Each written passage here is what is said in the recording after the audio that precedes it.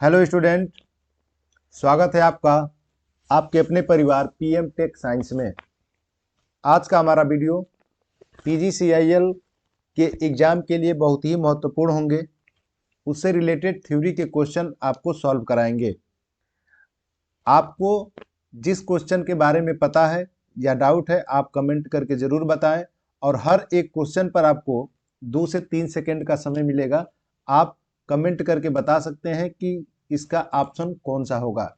ठीक है, तो आइए हम लोग स्टार्ट करते हैं और इस वीडियो के लास्ट तक बने रहिएगा, क्योंकि यह आपके एग्जाम के लिए जो भी प्रीवियस ईयर में क्वेश्चन पूछे गए हैं उसके हिसाब से ये क्वेश्चन तैयार किया गया है। ठीक है, तो हम लोग स्टार्ट करते हैं। इसमें जितने भी क्वेश्चन हैं यह आपके किसी भी टेक्निकल एग्जाम से संबंधित महत्वपूर्ण है। ठीक है, तो यहाँ पर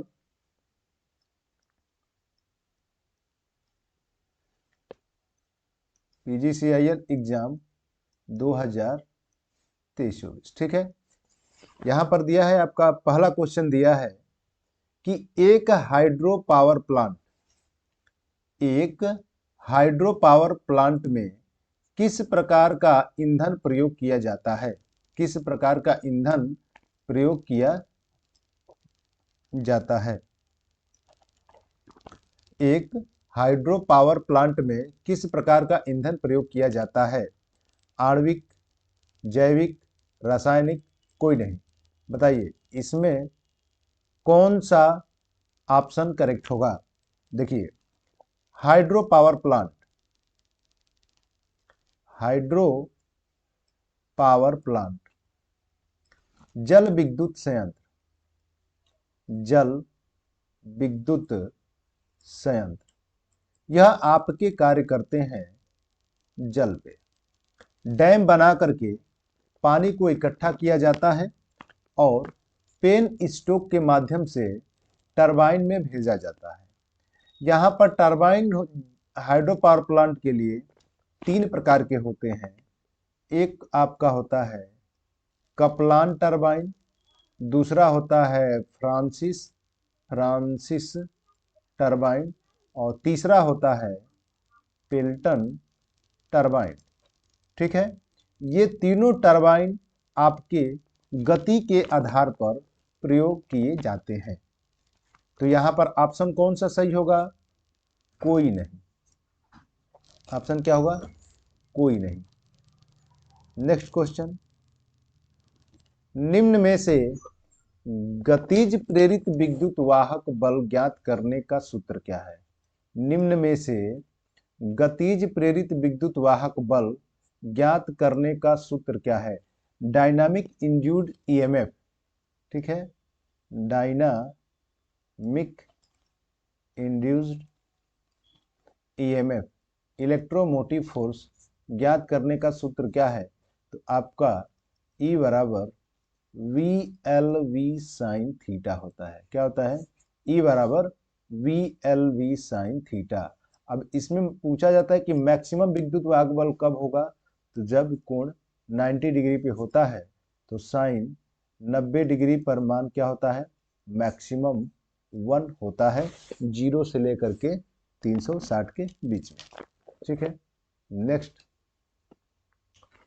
बैटरी के आपेक्षिक घनत्व का मान किस मान से कम होने पर उसे काम में लेना बंद कर देना चाहिए। बैटरी के आपेक्षिक घनत्व का मान किस मान से कम होने पर उसे काम में लेना बंद कर देना चाहिए। आप बताइए कि आपेक्षिक घनत्व को किससे मापते हैं। आपेक्षिक घनत्व को किससे मापा जाता है। आपेक्षिक घनत्व को किससे मापा जाता है बताइए। इसके लिए ऑप्शन होगा 1.18। 1.18 से कम होने पर बैटरी को उपयोग में नहीं लेना चाहिए। ठीक है, आपेक्षिक घनत्व किससे मापते हैं, तो हाइड्रोमीटर से। किससे मापा जाता है, तो हाइड्रोमीटर से।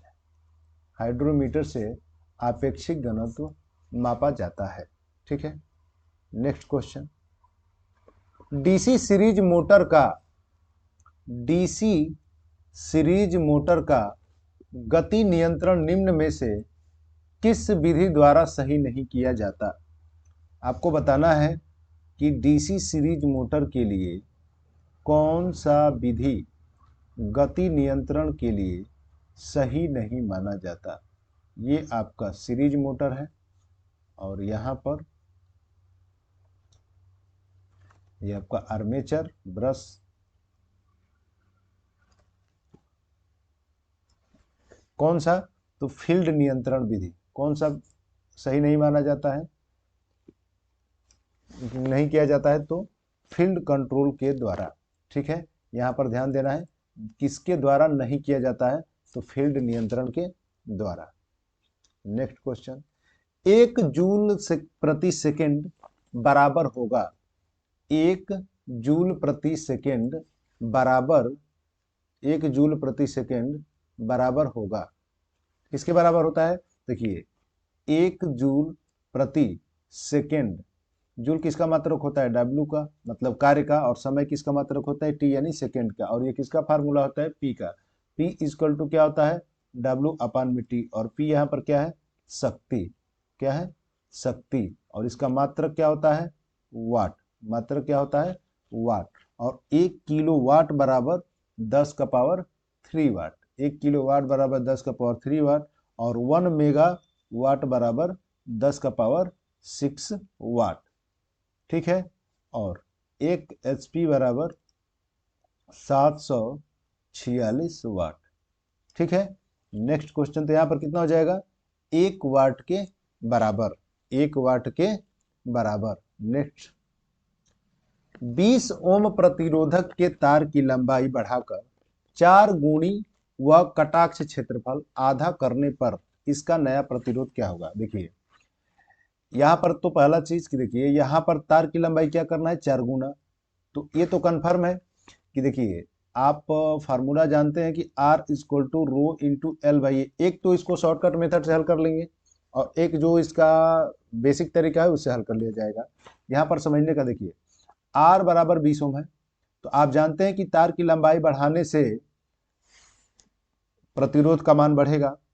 तो यहाँ पर कह रहा है कि 20 ओम का है, तो 20 ओम का प्रतिरोध की तार की लंबाई बढ़ा देने पर 4 गुना बढ़ाना है। तो 4 गुना बढ़ाएंगे तो ये तो फिक्स है कि प्रतिरोध अगर पहले से 20 ओम है, तो 4 गुना अगर प्रतिरोध बढ़ाते हैं, तो 4 गुना प्रतिरोध बढ़ाएंगे, तो 4 गुना, तो जितना गुना, देखिए ये होता है R प्रोपोर्शनल, जितना परसेंट ये बढ़ेगा उतना ही परसेंट प्रतिरोध बढ़ेगा। तो अगर इसको 2 गुना करेंगे तो इसको 2 गुना, 4 गुना करेंगे तो ये भी 4 गुना होगा। इसका मतलब कि पहले की तुलना में ये तो कंफर्म है कि 20 ओम से ज्यादा आएगा। तो जब 4 गुना करेंगे, 4 गुना, तो प्रतिरोध कितना हो जाएगा? 80 गुना।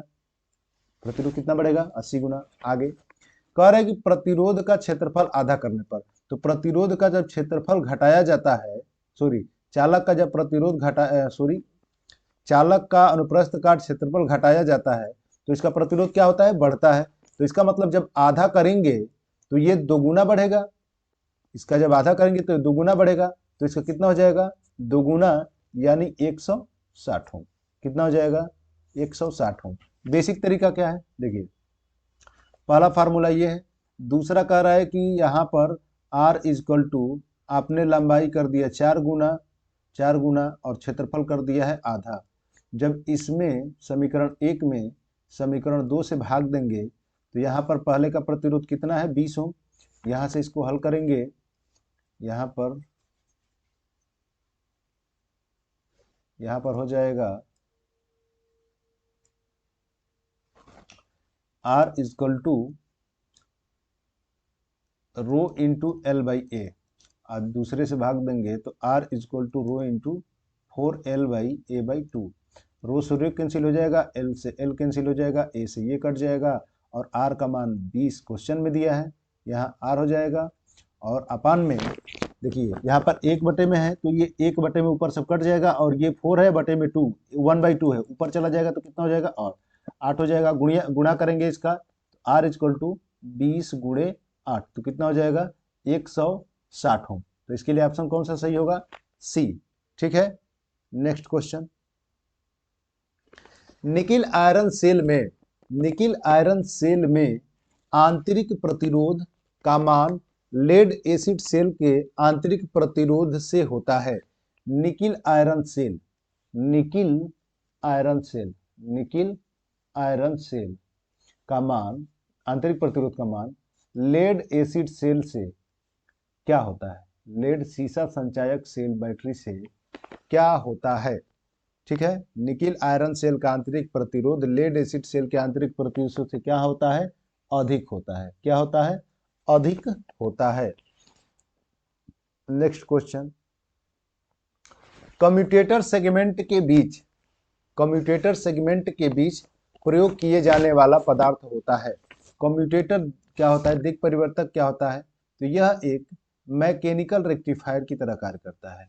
मैकेनिकल रेक्टिफायर, मैकेनिकल रेक्टिफायर की तरह कार्य करता है और यह डीसी मशीन में उपयोग किए जाते हैं।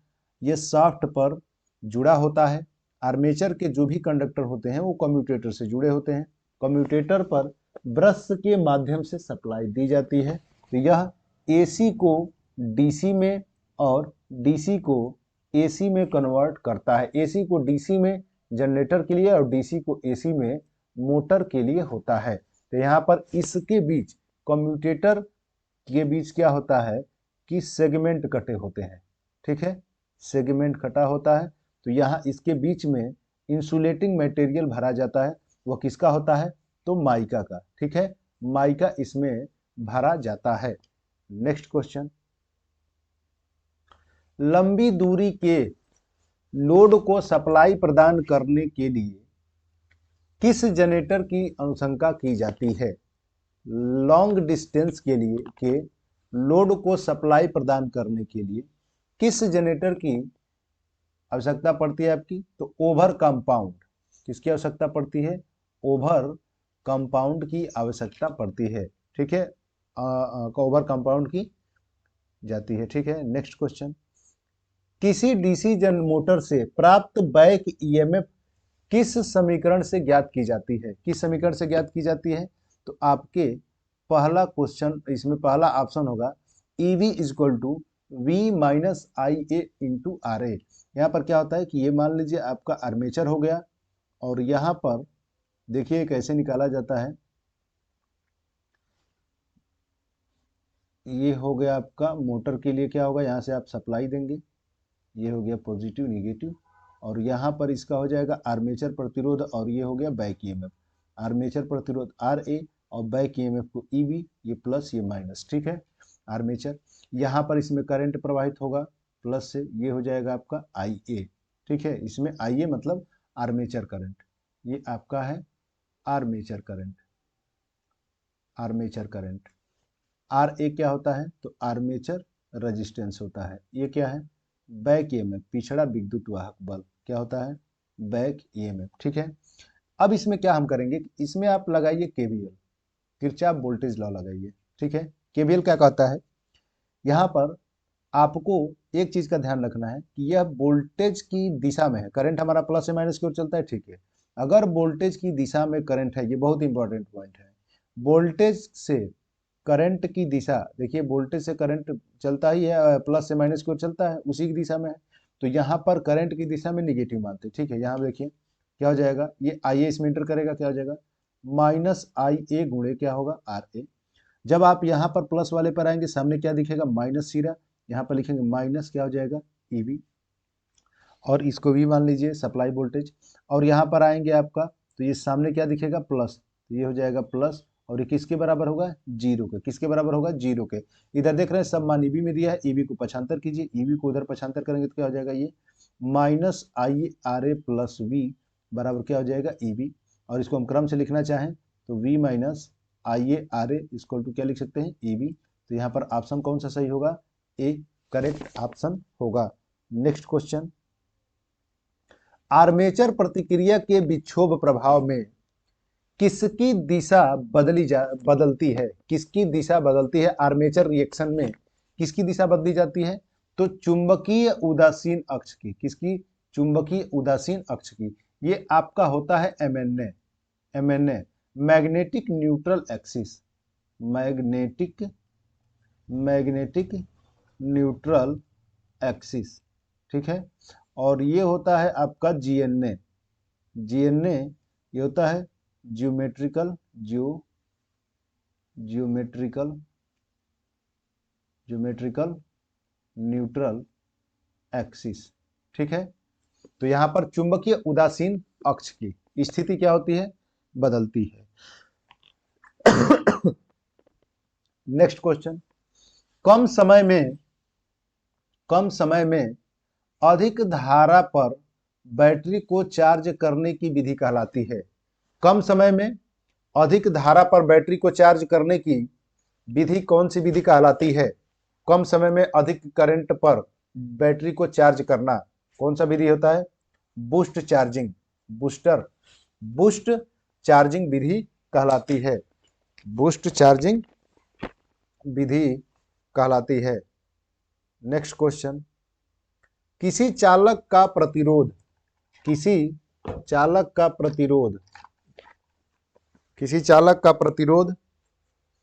उसकी लंबाई के होता है। तो किसी चालक का प्रतिरोध उसकी लंबाई के होता है, क्या होता है? तो चालक का प्रतिरोध लंबाई के समानुपाती व पृष्ठ के अनुप्रस्थ काट क्षेत्रफल के व्युत्क्रमानुपाती। तो लंबाई के क्या होगा? सीधे समानुपाती। नेक्स्ट क्वेश्चन,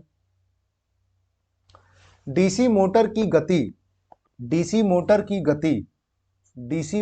गति निम्न में से किस कारक पर निर्भर नहीं करती है? डीसी मोटर की गति किस कारक पर निर्भर नहीं करती है? तो ये आपका बैक ईएमएफ ईबी, लोड पर, फ्लक्स के मान पर, इन तीनों पर निर्भर करती है। कम्यूटेटर यानी दिक् परिवर्तक का स्पीड से कोई लेना देना नहीं रहता है। ठीक है, कम्यूटेटर का इस पर प्रभाव नहीं पड़ता है। नेक्स्ट क्वेश्चन, दो अर्थों के बीच की न्यूनतम दूरी होनी चाहिए। दो अर्थों के बीच की न्यूनतम दूरी होनी चाहिए। बताइए, दो अर्थों के बीच की न्यूनतम दूरी होनी चाहिए कितना? 5 मीटर। कितना होना चाहिए, इसको याद रखिएगा, कितना होना चाहिए? 5 मीटर। ठीक है, नेक्स्ट क्वेश्चन, आप इस वीडियो को ज्यादा से ज्यादा अपने ग्रुप में शेयर कीजिए। ईडी करंट के मान को कम करने के लिए कोर रखी जाती हैं। ईडी करंट को कम करने के लिए क्या करते हैं? तो कोर को लेमिनेट किया जाता है। कोर को 0.02 या 0.03 mm पर तक लेमिनेट किया जाता है। उसके ऊपर जैसे एक लेमिनेशन होता है, उसी प्रकार का एक लेमिनेट किया जाता है ईडी करंट के मान को कम करने के लिए। ठीक है, नेक्स्ट क्वेश्चन, कार्बन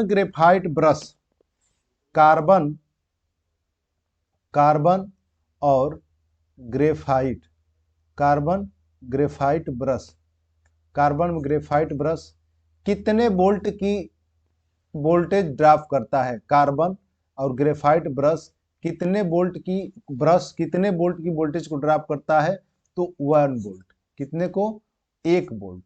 ठीक है, 1 वोल्ट वोल्टेज ड्रॉप करता है। नेक्स्ट क्वेश्चन, न्यूट्रल तार का रंग होता है। कमेंट कीजिए, बताइए। सिंपल क्वेश्चन है, न्यूट्रल तार का रंग होता है। न्यूट्रल तार का रंग कैसा होता है? काला। न्यूट्रल रंग का तार कैसा होता है? काला। और ग्राउंड के लिए कौन सा रंग होता है? ग्राउंड के लिए कौन सा रंग होता है आपको बताना है। ग्राउंड के लिए कौन सा कलर होता है? ठीक है, कमेंट करके बताइए। न्यूट्रल तार का रंग क्या होता है? काला। नेक्स्ट, विद्युत चुंबक का प्रयोग निम्न में से विद्युत चुंबक का प्रयोग निम्न में से किस उपकरण में नहीं कर सकते हैं? विद्युत चुंबक का प्रयोग निम्न में से किस उपकरण में नहीं कर सकते? किस उपकरण में नहीं कर सकते? ठीक है, किस में नहीं कर सकते हैं? तो देखिए इसके हिसाब से तो आपका रिले भी है, लेकिन विद्युत चुंबकीय प्रेरण के सिद्धांत पर एक रिले भी आता है। और थर्मामीटर में थर्मामीटर में ऑप्शन से अलग थर्मामीटर में विद्युत चुंबक का प्रयोग नहीं किया जाता है। ठीक है, थर्मामीटर में विद्युत चुंबक का प्रयोग नहीं किया जाता है। नेक्स्ट क्वेश्चन, मैगर से जनरेटर के इंसुलेशन की जांच करने पर उसका पाठ्यांक 0 आता है, इसका तात्पर्य क्या है? देखिए मैगर जो होता है वह बहुत हाई रेजिस्टिव मापने के लिए उपयोग किया जाता है, और मेगा यानी 10 का पावर 6 से कम नहीं इसका रेजिस्टेंस। इंसुलेशन, केबल के इंसुलेशन की टेस्टिंग के लिए मेगर का उपयोग किया जाता है। और यहाँ पर दिया है कि इंसुलेशन की जांच करते समय अगर उसका रीडिंग जो है मीटर अगर 0 बताता है, क्या बता रहा है? 0, तो इसका अर्थ है कि इसका जो पूछा गया कि पाठ्यांक उसका पाठ्यांक 0 आता है, तो उसका तात्पर्य क्या होगा? वह अर्थ है। क्या है? अर्थ होगा, तो उसकी रीडिंग क्या आएगी? 0। रीडिंग क्या आएगी? 0। ठीक है, नेक्स्ट क्वेश्चन, भारतीय विद्युत के नियमानुसार लाइट एंड फैन में अधिकतम कितने उपभोग बिंदु हो सकते हैं? आपको बताना है कि भारतीय इंडियन इलेक्ट्रिसिटी रूल के अनुसार लाइट और फैन में अधिकतम कितने उपभोग बिंदु हो सकते हैं? तो अधिकतम कितने हो सकते हैं? 10। कितने हो सकते हैं? 10। और सब सर्किट के लिए मान होता है 3000 वाट। ये सब सर्किट के लिए होता है, सब सर्किट। ठीक है, यूपीपीसीएल में ये पूछा गया है क्वेश्चन। नेक्स्ट क्वेश्चन, एक 5 HP, ये दिया है एक 5 HP, एक 5 HP, HP यानी हॉर्स पावर।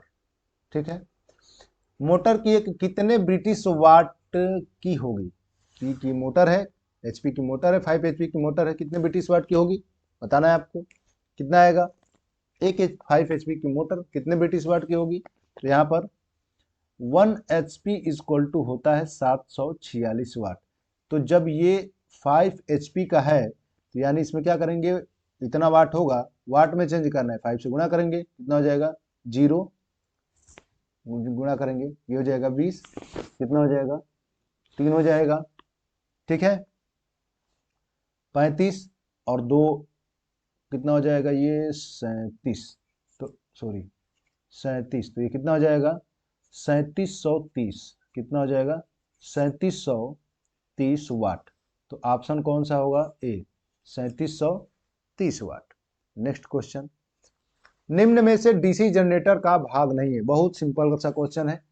निम्न में से डीसी जनरेटर का भाग नहीं है। निम्न में से डीसी जनरेटर का भाग नहीं है। ध्रुव रोड होगा, युग होगा, स्लिप रिंग होगा, फैन होगा, क्या होगा? डीसी जनरेटर के भाग नहीं है। डीसी जनरेटर के भाग क्या है? आपके स्लिप रिंग नहीं है। स्लिप रिंग डीसी जनरेटर के भाग नहीं है। ठीक है, नेक्स्ट क्वेश्चन, अधिक वोल्टेज प्राप्त करने के लिए आर्मेचर को लपेटा जाता है। देखिए दो तरह की डीसी में वाइंडिंग होती है। डीसी मोटर जनरेटर में क्या होती है? दो तरह की वाइंडिंग होती है डीसी जनरेटर में। एक होता है लैप वाउंडिंग और एक होता है वेव बाउंड। तो यहाँ पर लैप और वेव बाउंड दोनों दिया है, कौन सा होगा? देखिए यहाँ पर एक होता है लैप वाइंडिंग, ठीक है, लैप वाइंडिंग, और दूसरा होता है वेव वाइंडिंग।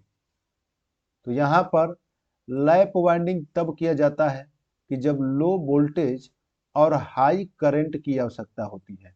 ठीक है, लो वोल्टेज हाई करंट की आवश्यकता होती है। अब वेव बाउंड तब किया जाता है जब हाई वोल्टेज और लो करंट की आवश्यकता होती है। तो यहाँ पर क्या कर रहा है? अधिक वोल्टेज कह रहा है ना, तो अधिक वोल्टेज के लिए कौन सा करेंगे हम लोग? वेव बाउंड, यानी वेव का हिंदी तरंग। ठीक है, तो यहाँ पर क्या होगा? तरंग में किया जाना चाहिए। ठीक है, तो ऑप्शन नंबर बी सही होगा। नेक्स्ट क्वेश्चन, अधिक वोल्टेज प्राप्त करने के लिए ये सेम रिपीट हो गया है क्वेश्चन, ठीक है। नेक्स्ट, डीसी मोटर स्टार्टर में ओवरलोड कॉइल जोड़ी जाती है, ओवरलोड कॉइल जोड़ी जाती है। तो देखिए ओवरलोड जो कॉइल होती है वो सप्लाई के श्रेणी क्रम में जोड़ी जाती है।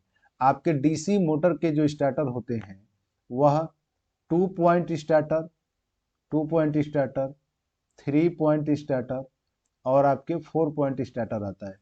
अब इसमें पूरा डायग्राम तो मैं नहीं बना सकता, लेकिन आप देख सकते हैं कि यहीं पर एक कॉइल होता है, ठीक है। और इस कॉइल में यह सप्लाई के श्रेणी क्रम में ही जुड़ा होता है। इसमें आपका वाइंडिंग होता है और यहाँ पर 3 पॉइंट या 4 पॉइंट होगा, एक यहाँ पर रेजिस्टेंस और यहाँ पर हैंडल लगा होता है, हैंडल, और यह इससे जुड़ा होता है। आपके कनेक्शन बाकी रहते हैं और यह सीरीज में जुड़ा होता है। और यहाँ पर एक रोड होता है, ठीक है। और यहाँ पर 2 टर्मिनल, ये थोड़ा सा गलत बन गया है, ये इधर होगा। अब होता है कि जब लोड पड़ता है मोटर पे, ओवरलोड दिया है, जब मोटर पे लोड पड़ता है तो लोड पड़ने के दौरान करंट का मान बढ़ता है। और जब करंट का मान बढ़ता है तो इसमें मैग्नेटिक जो होगा वो ज़्यादा बनाता है और अपनी तरफ इसको क्या करता है, आकर्षित करता है। और ये जो देख रहे हैं आप क्रोड, ये आपका कुछ इस टाइप का रहता है और ये दोनों जा करके यहाँ से कनेक्ट होते हैं और ये कुछ इस टाइप का होता है, ठीक है। जब इसमें मैग्नेटिक बनता है तो जब इसको आप खींचता है तो ये दोनों जा करके ये चिपक जाते हैं, तो ये दोनों पॉइंट क्या होता है, शॉर्ट हो जाते हैं। शॉर्ट होने के कारण सप्लाई बंद हो जाता है और ये हैंडल यहाँ से एक कॉइल होता है, यहाँ पर इसमें मैग्नेट बना होता है और ये जा करके इसमें मैग्नेट के कारण फीड हो जाता है और ये फिर लाइट करते ही छोड़ देगा, मोटर क्या हो जाता है, बंद हो जाता है। और डीसी मोटर को चलाने के लिए उसके आर्मेचर के सीरीज क्रम में रेजिस्टेंस जुड़ा होता है जो स्टार्टिंग में करंट के मान बढ़ने से रोकता है, वो करंट के मान को कम करता है, ठीक है। नेक्स्ट क्वेश्चन,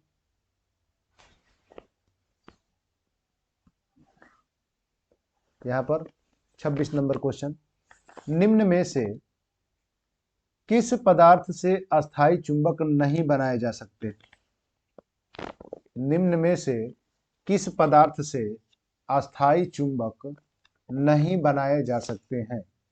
तो यहाँ पर नर्म लोहा से परमानेंट मैग्नेट नहीं बनाए जा सकते, ठीक है।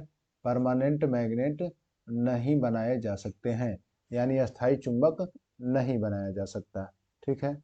नेक्स्ट क्वेश्चन,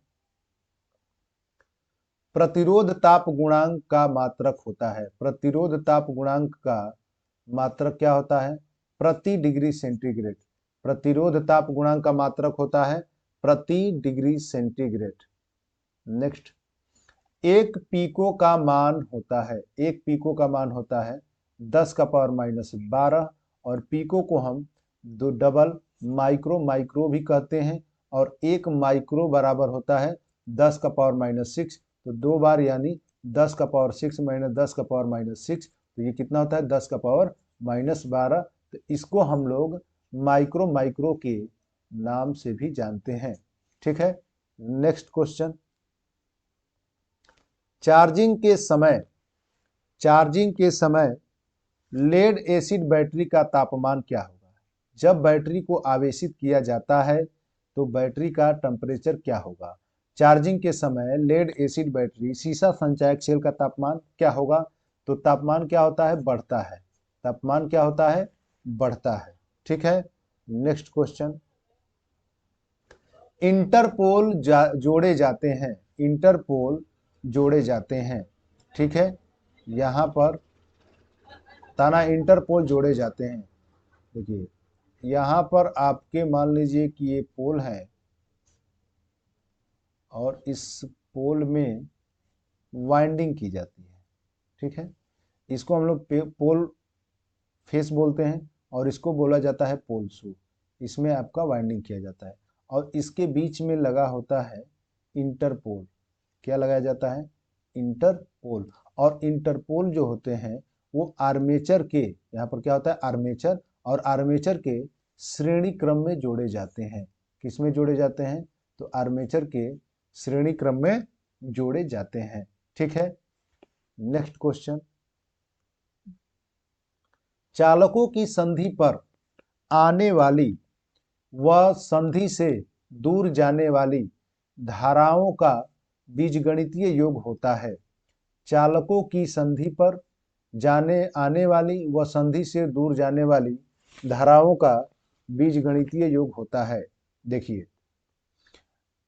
किसी जंक्शन पर आने वाली तथा जाने वाली या इनकमिंग करंट या आउटगोइंग करंट, ठीक है, ये आने वाली तथा जाने वाली धारा दर्शाया गया I1 I2 I3 मान सकते हैं, और यह होता है आपका सिग्मा I इक्वल टू 0, क्योंकि किरचॉफ के दो नियम होते हैं, एक होता है किरचॉफ करंट लॉ और दूसरा होता है Kirchhoff voltage law. Kirchhoff current law होता है आपके धारा संबंधित नियम और किरचॉफ वोल्टेज लॉ होता है वोल्टेज संबंधित नियम।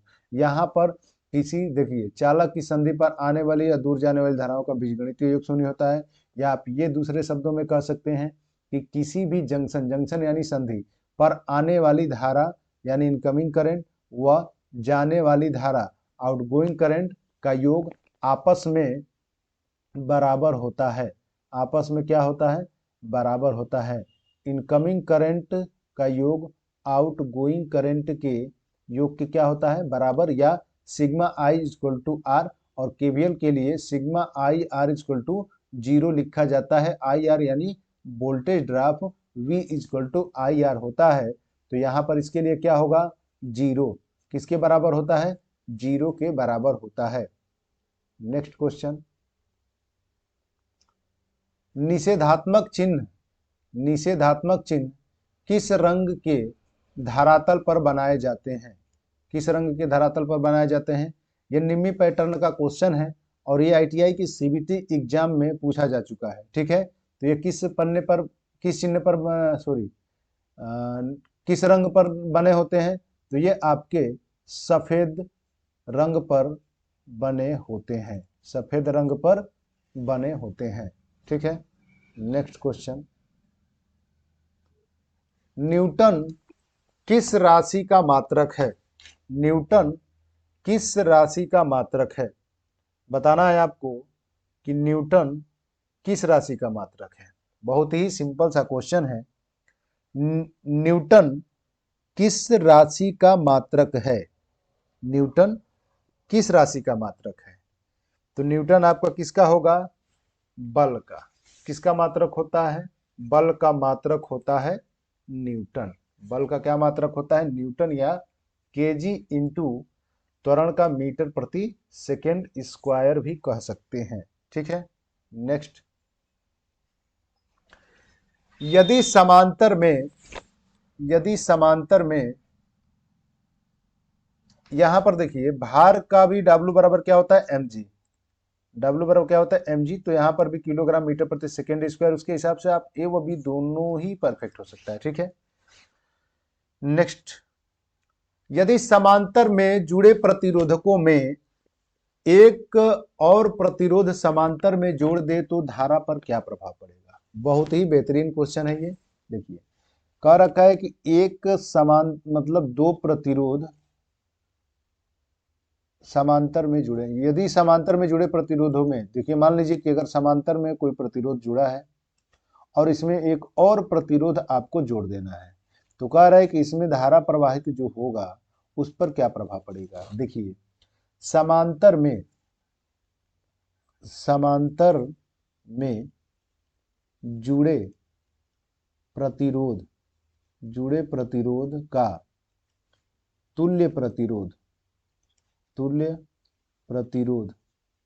प्रतिरोध का मान घटता है। क्या होता है, घटता है, प्रतिरोध का मान घटता है। RT या R इक्विवेलेंट से दर्शा सकते हैं, और इसका मान घटता है। तो जब प्रतिरोध का मान घटेगा तो करंट का मान क्या होगा, बढ़ेगा। करंट का मान क्या होगा, बढ़ेगा। आप यहाँ पर देखना चाहें तो इसको देखिए, हम मान लेते हैं कि दो प्रतिरोध है, एक है आपका R1 2 ओम और दूसरा प्रतिरोध R2 है 2 ओम। अब इसको एक बार सीरीज में जोड़ते हैं और इन्हीं प्रतिरोध को समांतर में जोड़ते हैं। अगर आप इसको सीरीज में जोड़ेंगे तो सीरीज के लिए R1 प्लस R2 होता है, तो इसका मान आ जाएगा 4 ओम। ठीक है, इसको अगर आप समांतर में जोड़ते हैं तो 1/2 प्लस 1/2 2 एलसीएम हो जाएगा, तो ये जाएगा 1 + 1 यानी 2/2 कट करके कितना आ जाएगा 1।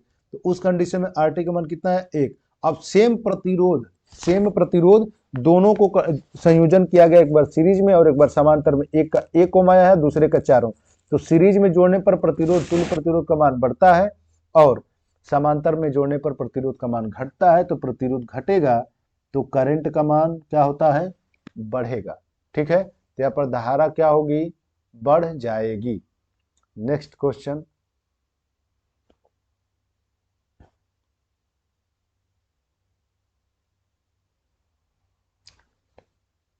क्वेश्चन, कहाँ गया, हाँ दिया है कि यदि श्रेणी में प्रतिरोध, ये तो आपको पिछले क्वेश्चन से ही क्लियर हो गया होगा, श्रेणी में जुड़े प्रतिरोधकों में एक और प्रतिरोधक श्रेणी में जोड़ दे तो धारा पर क्या प्रभाव पड़ेगा। तो श्रेणी में प्रतिरोध मान लीजिए जुड़ा है और प्रतिरोध एक और जोड़ देंगे तो इसका रेजिस्टेंस का मान क्या होगा, बढ़ जाएगा। सीरीज में प्रतिरोध जोड़ने पर प्रतिरोध का मान बढ़ता है, तो प्रतिरोध बढ़ेगा तो धारा का मान क्या होगा, कम हो जाएगा। प्रतिरोध के बढ़ने पर धारा का मान क्या होता है, कम होता है, रेजिस्टेंस के व्युत्क्रमानुपाती होता है। ठीक है, नेक्स्ट क्वेश्चन, वैद्युतिक दक्षता का मात्रक होता है, कुछ नहीं होता है। इसका मात्रक क्या होता है, कोई मात्रक नहीं होता। वाट किसका होता है, शक्ति का। जूल किसका मात्रक होता है, कार्य का। कूलाम किसका मात्रक होता है, आवेश का। किसका मात्रक होता है, आवेश का। ठीक है, चार्ज का। नेक्स्ट क्वेश्चन, एक शंट जनरेटर में आर्मेचर करंट का मान 26 एम्पियर है। यदि यह लोड को 20 एम्पियर धारा प्रदान करता है तो शंट फील्ड की धारा क्या होगी। देखिए यहां पर शंट जनरेटर क्या होता है कि उसके आर्मेचर के पैरेलल में एक फील्ड वाइंडिंग जुड़ी होती है। यहां पर ये हो गया आर्मेचर और यह जुड़ा है शंट जनरेटर के वाइंडिंग। ठीक है, ये हो गया, ये आपका क्या है, जनरेटर है। तो जनरेटर है और ये इसका प्रतिरोध RA और ये बैक ईएमएफ हो जाएगा। तो जनरेटर के लिए प्रतिरोध RA और इसमें करंट जो होगा वो क्या हो जाएगा, IA, और ये आपका RSH शंट प्रतिरोध, और इसमें जो करंट होगा वो क्या हो जाएगा, ISH यानी शंट करंट, और ये आपका शंट प्रतिरोध। ठीक है, शंट प्रतिरोध। अब यहां पर ये हो गया। अब कह रहा है, देखिए जनरेटर है तो क्या होगा, करंट को भेजेगा। ठीक है, तो यहां पर क्या हो जाएगा, लोड करंट देगा, ये आउटपुट देगा, क्योंकि मैकेनिकल एनर्जी को इलेक्ट्रिकल एनर्जी में कन्वर्ट करता है। अगर मोटर होता तो ये करंट लेता। और इसमें देखिए फ्लेमिंग के राइट हैंड रूल का उपयोग किया जाता है। ठीक है, फ्लेमिंग के राइट हैंड रूल का उपयोग किया जाता है। ये सब बाकी बाद में, इसको बस ऐसे बता दें याद रखने के लिए। देखिए ये आपका हो जाएगा जंक्शन इस बिंदु के लिए, इस दोनों के लिए। अब यहाँ पर दोनों देखेंगे तो ये करंट दोनों आ रही हैं और ये जा रही हैं, कि ये KCL लगाएंगे तो ये क्या हो जाएगा, दोनों करंटों का योग इसके बराबर होगा, यानी ISH plus IA equal to क्या हो जाएगा, IL। ठीक है, अब आते हैं अपने क्वेश्चन पर। एक शंट जनरेटर में आर्मेचर करंट का मान 26 है, यानी यह IA इक्वल टू कितना दिया है, 26 एम्पियर। और यदि यह लोड को 20 एम्पियर धारा प्रदान करती है, यह IL यानी लोड को कितना धारा प्रदान करती है, 20 एम्पियर धारा प्रदान करता है, तो शंट फील्ड की धारा क्या होगी। शंट फील्ड यानी ISH की धारा क्या होगी। तो यहाँ से ISH का मान निकालेंगे तो ये क्या हो जाएगा, IL इक्वल टू क्या हो जाएगा, IL इक्वल टू IA हो जाएगा। तो यहाँ से 26 ये है करंट, सॉरी आर्मेचर, और यहाँ पर है ये किसका मान है, इसका 20। तो 26 माइनस 20 कितना हो जाएगा, 6 एम्पियर। कितना हो जाएगा, 6 एम्पियर, यानी C आएगा। ठीक है, C मान इसका होगा, अरे 6 एम्पियर करंट आएगा। शंट फील्ड में जो रेजिस्टेंस करंट का मान होगा वो 6 एम्पियर होगा। नेक्स्ट क्वेश्चन, यहाँ पर 38 नंबर, कुचालक पदार्थों का ताप गुणांक होता है। कुचालक पदार्थों का यानी अचालक पदार्थों का ताप गुणांक होता है। तो कितना होता है? कुचालक पदार्थों का ताप गुणांक आपका कितना होगा? तो क्या होता है? तो ऋणात्मक। कुचालक पदार्थों का ताप गुणांक कितना होता है? ऋणात्मक होता है। ठीक है, नेक्स्ट क्वेश्चन।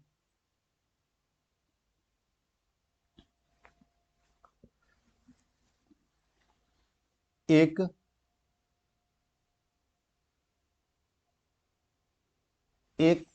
50 वाट 250 वोल्ट लैंप का प्रतिरोध होगा।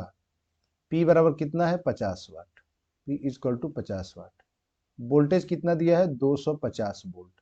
लैंप का प्रतिरोध यानी R का मान ज्ञात करना है। P equal to V square upon R।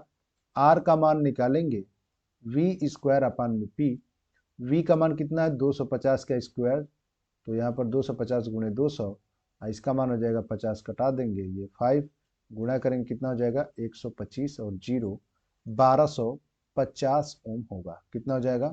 1250 ओम। ठीक है, नेक्स्ट क्वेश्चन। चार्जिंग के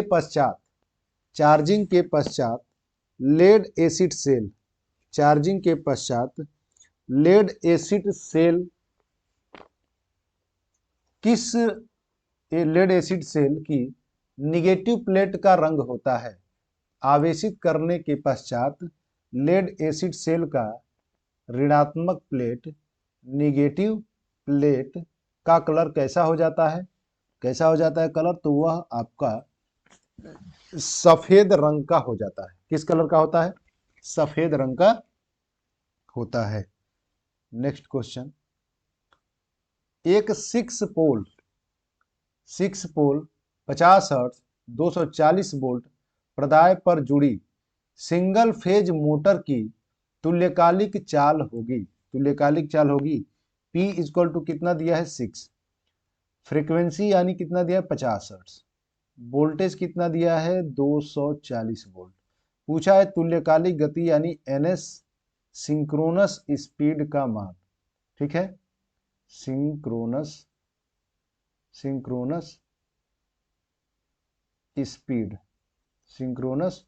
स्पीड यानी तुल्यकालिक गति का मान कितना होगा? तो यहाँ पर NS equal to 120 F by क्या होता है? P।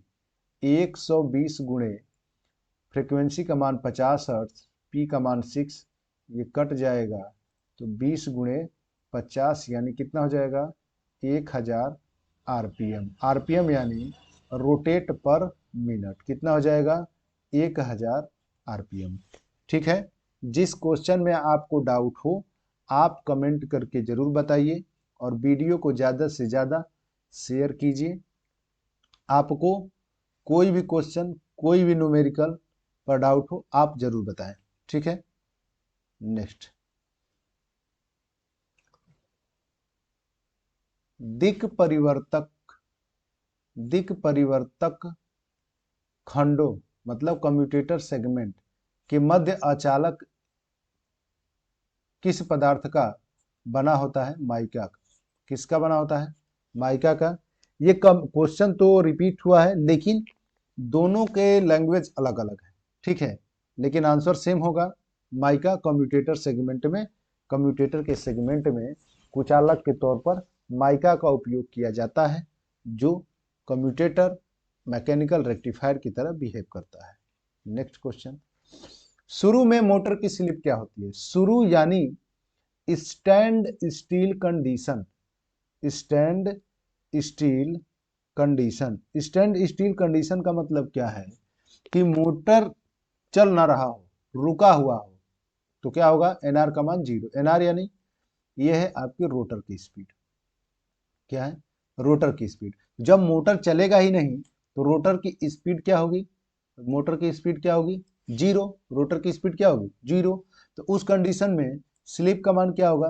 तो स्लिप इक्वल टू होता है NS माइनस NR अपान में NS। ठीक है, तो NS माइनस NR का मान क्या होगा? 0 और ये NS, तो NS अपान में NS ये कट करके स्लिप का मान कितना हो जाएगा 1। तो स्टैंड स्टिल कंडीशन में स्लिप का मान 1 होता है। अगर यह रन करेगा तो स्लिप का मान क्या होगा, घटेगा, सॉरी ये 0 नहीं होगा, इकाई होगा। कितना है 1, तो स्लिप का मान क्या होगा 1 होगा। स्लिप का मान कितना होगा 1 स्टैंड स्टिल कंडीशन या शुरू में। नेक्स्ट क्वेश्चन, वह युक्ति जो एक ही दिशा में विद्युत धारा प्रवाह करे वो क्या कहते हैं, वह आपका कहलाता है डायोड। क्या कहलाता है, डायोड। डायोड का डिफिनीशन होता है कि 2 टर्मिनल वाली ऐसी युक्ति जिसमें धारा का प्रवाह सदैव पॉजिटिव से निगेटिव की तरफ होता है, निगेटिव से पॉजिटिव की तरफ नहीं होता है। ठीक है, ये इसे यूनी डायरेक्शनल भी कहा जाता है। क्या कहा जाता है, यूनी डायरेक्शनल, एक दिशीय। क्या होता है, एक दिशीय। यह केवल एक ही दिशा में विद्युत धारा का प्रवाह होगा। 2 दिशीय क्या होता है, बाई डायरेक्शनल आपका क्या होता है, बाई डायरेक्शनल। बाई डायरेक्शनल में आपका पैरामीटर RLC आते हैं, रेजिस्टेंस, कैपेसिटर एंड इंडक्टर। ठीक है, ये यूनी डायरेक्शनल है। डायोड ऑप्शन पहला सही होगा।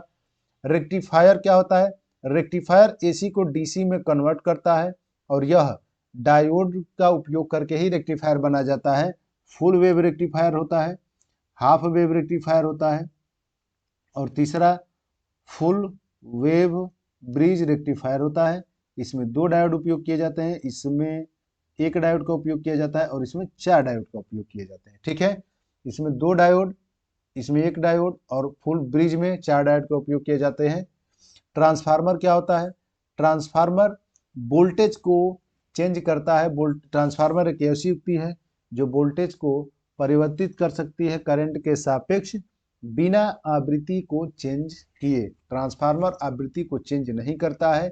और यह पूछा जाता है ट्रांसफार्मर क्या नहीं बदलता, तो ट्रांसफार्मर आवृत्ति को चेंज नहीं करता है। नेक्स्ट क्वेश्चन,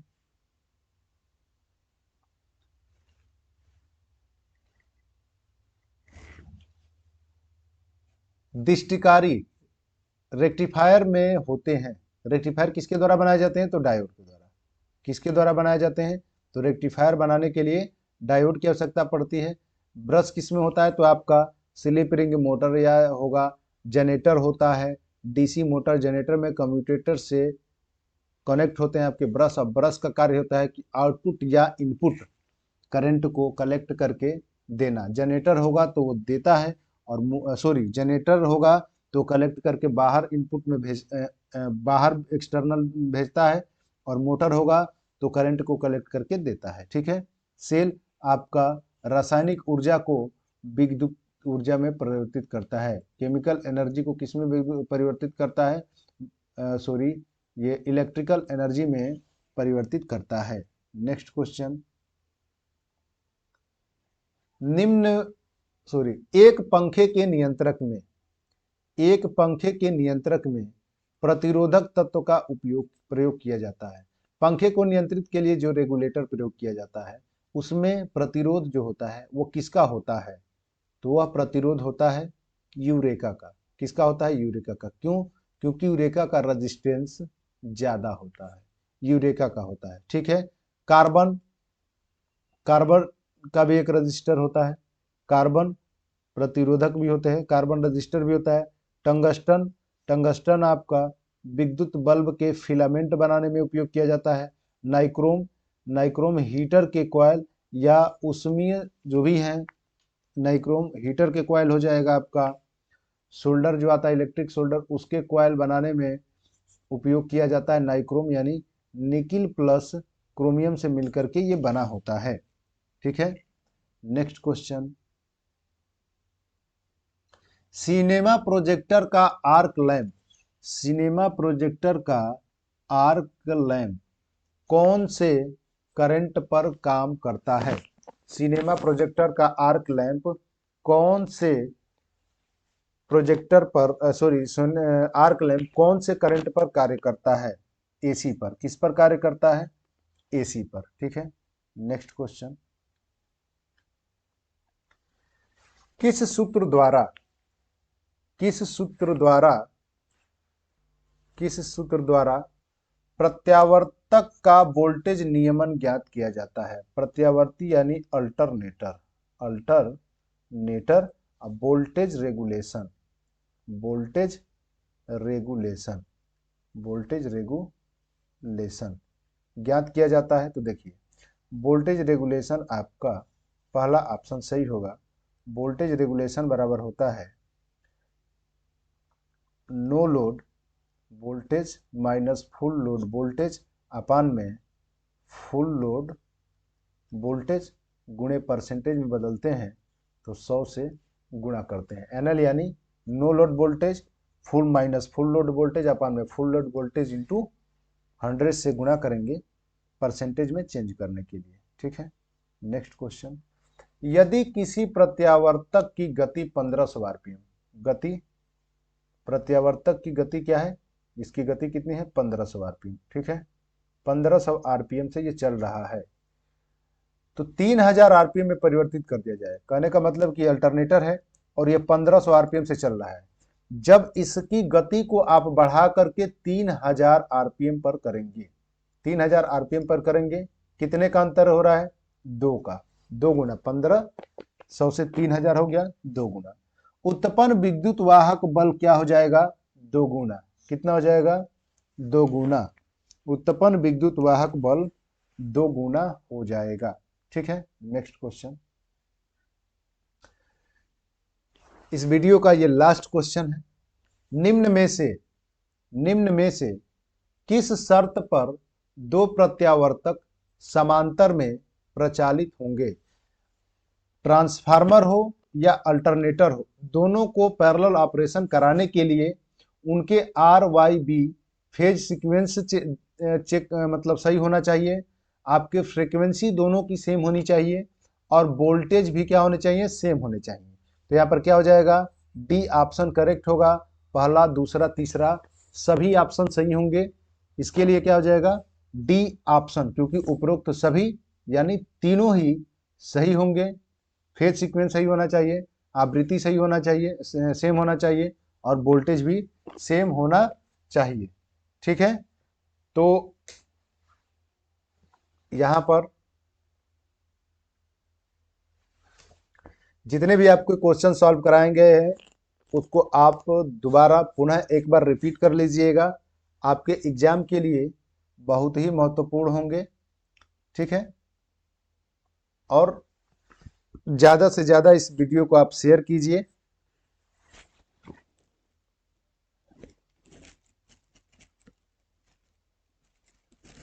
आपको बताना है कि जो पैरेलल ऑपरेशन किया जाता है, पैरेलल ऑपरेशन में फेज सीक्वेंस को चेक करने के लिए, फेज सीक्वेंस को चेक करने के लिए किसका प्रयोग किया जाता है, फेज सीक्वेंस को चेक करने के लिए किसका प्रयोग किया जाता है।